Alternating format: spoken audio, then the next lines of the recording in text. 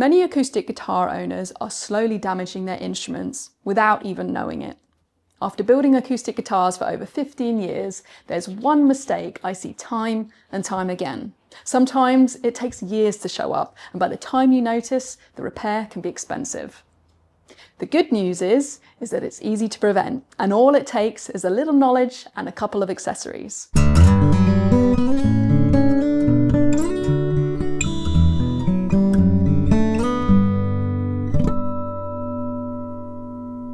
From the luthier's point of view, the biggest threat to a guitar isn't being knocked over or being scratched, it's humidity, or more accurately, too much or too little of it. It's something I make sure I inform all my customers about when they receive a new guitar from us. Most handmade acoustic guitars are created from solid wood, not laminate. Laminated wood is very strong, but solid wood, especially on the soundboard and the back, moves more freely and just sounds better, and that's why we use it. Wood is a natural hygroscopic material. It releases and absorbs moisture depending on the environment around it. You might think that might stop when it's cut down and processed, but sadly, it just doesn't stop just because it's become a guitar. When the air gets very dry, the wood gives up some of its moisture and shrinks. But when the air is very humid, it absorbs the moisture and expands. Those changes might be tiny, but an acoustic guitar is built with incredibly fine tolerances.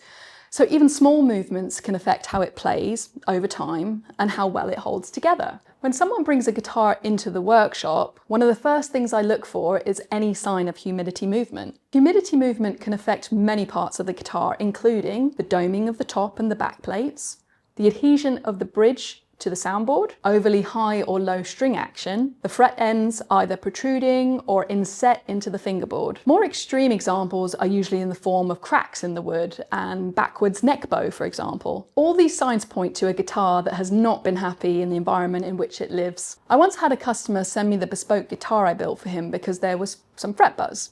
But on arrival, I noticed that one of the bolts holding the neck in had completely fallen out and was moving around the soundbox, and the doming on the back had completely inverted. That suggested to me that the guitar had dried out so much that the whole heel block in the guitar had shrunk enough to allow the neck bolt to completely unscrew itself free. Another customer contacted me about fret buzz appearing about a week after delivery, and when it was sent back to me to look at, I noticed that the neck had completely bent backwards, like the fingerboard had expanded. And it turned out that the guitar was being hung on a wall right next to a sunny window. Thankfully, these are extreme examples, but weird things can still happen. From a player's perspective, the main thing you might notice is fret buzz, but you can visually assess the instrument using the cues I mentioned before to make sure everything in your guitar is happy.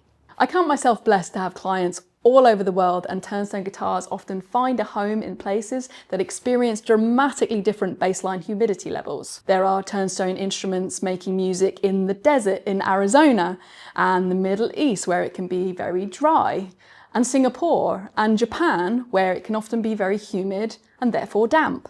It's also important to have a general understanding of what your region is like when it comes to environmental humidity. Here in the UK, we're actually in a nice middle ground when it comes to the outside humidity, but our unpredictable weather can sometimes affect a guitar or indeed the actual home that it lives in.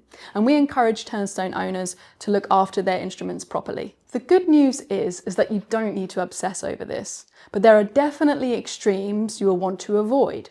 If your guitar is hanging above a radiator or a fireplace, or in a drafty room, sitting in direct sunlight through a window, or even left in a hot car, the wood can dry out much more quickly than you might expect. Sudden loss of moisture can cause nasty cracks to happen because the wood is shrinking and the wood can't hold itself together any longer. The winter season can be a surprisingly dry time of year when it can be very cold and your heating's on all the time. Please be very careful if you have underfloor heating and you keep your guitars on stands or racks. On the other hand, very damp environments aren't ideal either. If your guitar lives in a cold garage or a damp basement or somewhere with consistently high humidity, the wood can absorb moisture, swell and affect the way the guitar plays. Usually you'll see a notable rise in the string action because the soundboard has bellied outwards. This can also cause the bridge to lift because the contour of the soundboard is so different now to the contour of the underside of the bridge. That's not good news. With every guitar that I build, I provide a hygrometer as part of the care package. It's the same model that we use here in the workshop. You can get these from retail suppliers. They're pretty cheap.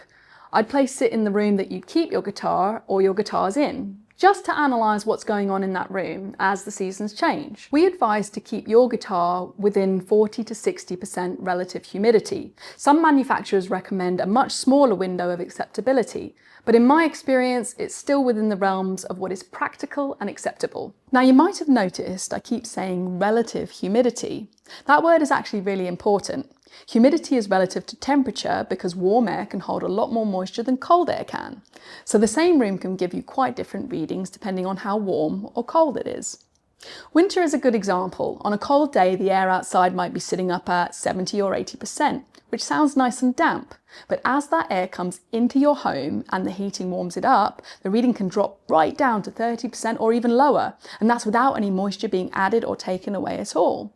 So winter with the heating on can be one of the riskiest times of year for a guitar, even when it feels cold and wet outside. It can work the other way too. If you bring a cold guitar into a warm room, it can get moisture settling on the surface. So I always suggest letting a guitar warm up gently in its case before you open it for the first time. The good news is you don't need to obsess over the temperature or chase an exact figure. A normal steady room of around 21 degrees or 70 Fahrenheit is absolutely fine. It's the humidity that you're keeping an eye on, and that's 40 to 60% relative humidity, and that's what keeps the wood happy.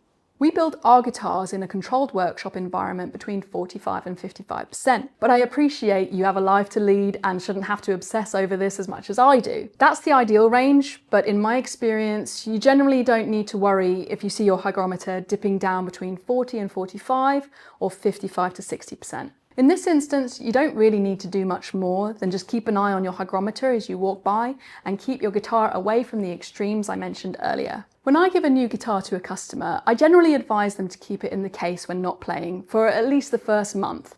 It just allows you a bit of time to put out the hygrometer, look at the readings, and not have to worry excessively about unknown fluctuations or hazards. The case won't protect a guitar in a very dry or damp environment past a couple of weeks, if it's extreme, but it will protect against minor fluctuations, especially when a guitar is new and still getting used to life under tension. If your environment is going beyond 40 or 60% frequently, I would advise an additional step. We also supply humidity control systems with our guitars that you can actually place into your guitar case that will set the case humidity to between 45 and 55%. That's a surefire solution if you don't want to trouble yourself with anything I've mentioned up until now. For us, it gives us the assurance that the guitar will be kept under controlled conditions for at least the first couple of months, so that if any issues do arise, we can remove humidity as the potential cause and get to the root of the problem faster. We'll post a link to these packs in the comments below so you can find your local supplier. These packs do need to be replaced every 3 months or so it's an additional cost to incur, but it gives us peace of mind. The reason we mention this is that warranties on a new guitar, no matter who made it, do not cover repairs of humidity damage. So much of this depends on the individual being aware of their own circumstances. Once you know the levels of humidity that your guitar will be exposed to, there's nothing to say that you can't enjoy decades of music without a problem. Thanks for watching, and I'll see you next time.